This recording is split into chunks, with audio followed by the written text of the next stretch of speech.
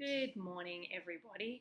I'm so happy to just be here online and just create my first video of a series that's called Building Positive Culture in Your Classroom. So just a little background about me. I've been an educator for around 15 years, but a large chunk of that has been teaching in Australia, Melbourne, my hometown, Miami, Florida, Washington, D.C., Taiwan, Myanmar, South Korea, the Bahamas, and currently here in New York, what I do is I'm an education specialist and I coach teachers. That's what I love to do. I love to train teachers, work with leaders, and just make sure that teachers are equipped for the classroom, because that's at the end of the day what it's all about, that you're equipped when you go into that classroom, whether it's in an urban community, a rural community, but you as the teacher have the power to make a difference and to survive and not to come home feeling all stressed.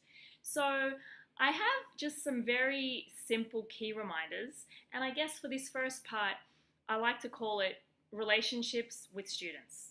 And the second part will be a little bit more on delegation. But this first part is just some very simple key reminders for you. And I guess the whole goal for this video is just to help you, the teacher, to build a positive classroom, which will in turn increase the likelihood of achieving student outcomes that you want, and not what the students dictate. And we all know sometimes that students like to take the teacher off task. So I guess the two key questions that I have for you is, number one, do I know my students? And most of the time, if you've been teaching for a few years, like you will know your students pretty well. But some of you may be in the class for the very first time, don't know your students, or have a new class. So the question I challenge you to ask is, do I know my students? And if it is no, how can I get to know my students? And, there are two suggestions that I have for you, very simple ones.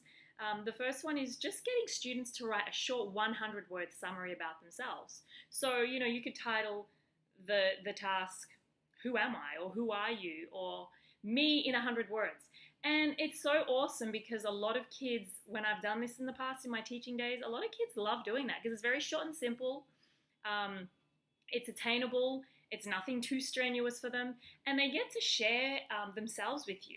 And so I would suggest that you start with sharing 100 words of yourself, and getting the key aspects of who you are. And you might want to throw in some crazy things that you've done, or some things that are really unique to you. So it kind of draws them in and makes them think, wow, my teacher is a real person. So that's one option. And then the second option I have is very simple as well. It's creating a simple one-page worksheet, and the worksheet could contain some really fun and engaging questions, such as, what do you like to do when you're not at school? Or do you play a sport or an instrument? And if so, what? And what makes you super happy?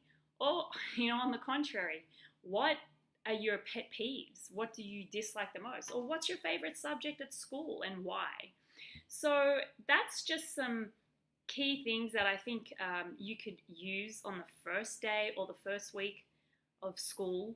And I think that, making relationships with your students a focus, that will let your students know that their teacher is a real person and they're taking the initiative to get to know who I am as a person, what are my sports, my hobbies, my interests, who am I? What makes me me? And believe me, this really has helped me build such a positive start to the year with students.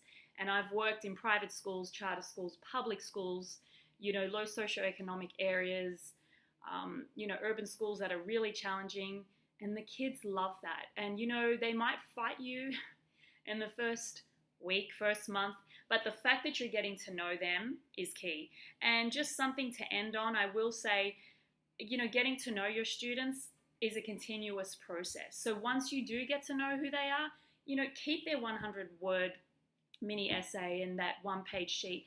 Keep that. And if you forget a little about your student, or you're having problems with them, disciplinary problems, just pull out their sheet, pull something that that, will engage them, pull them back in. If you ask, you know, little Ben, hey, how was your game? I heard you had a football game on the weekend. Or, you know, Julie, I heard that you play the violin. You know, how's that going? They will open up to you in a way that you will be so surprised.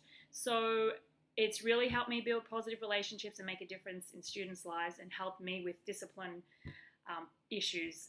So that is part one of building positive cultures in our schools, in our class, positive cultures in our classrooms.